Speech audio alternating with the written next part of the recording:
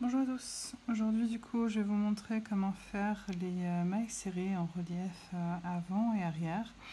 Donc quand vous travaillez comme ça sur des points en relief, en rang en tout cas, je vous conseille toujours de faire une maille classique sur la première parce que c'est pas toujours très esthétique de venir récupérer le premier brin.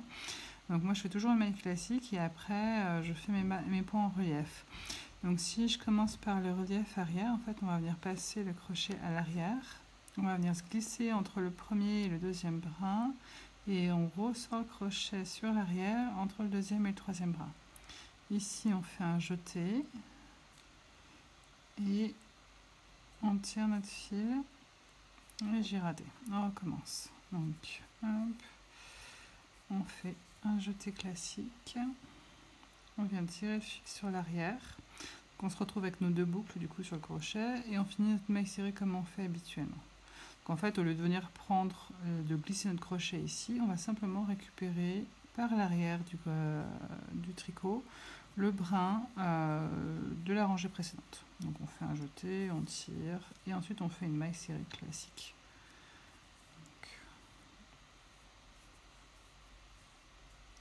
Voilà. Je vous en fais quelques-unes pour vous montrer. On prend bien voilà, le brin, le jeté et on fait notre maille serrée comme on a l'habitude. Donc en fait, sur ce type de point, ce qui va se passer, c'est que quand on fait sur l'arrière, en fait, les deux brins qui sont sur le dessus de nos points habituels vont venir se retrouver sur l'avant du tricot.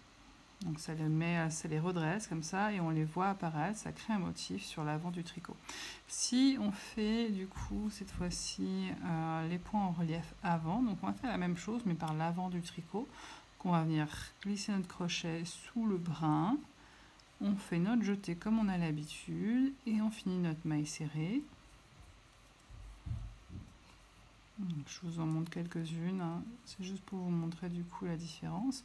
Donc là sur l'arrière du coup on verra rien, mais enfin sur l'avant pardon on verra rien, mais sur l'arrière du coup on aura ce même motif qui va se dessiner sur l'arrière cette fois-ci.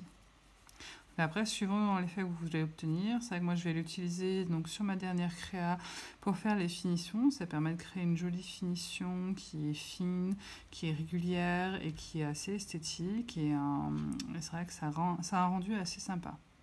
Voilà, bonne journée à tous.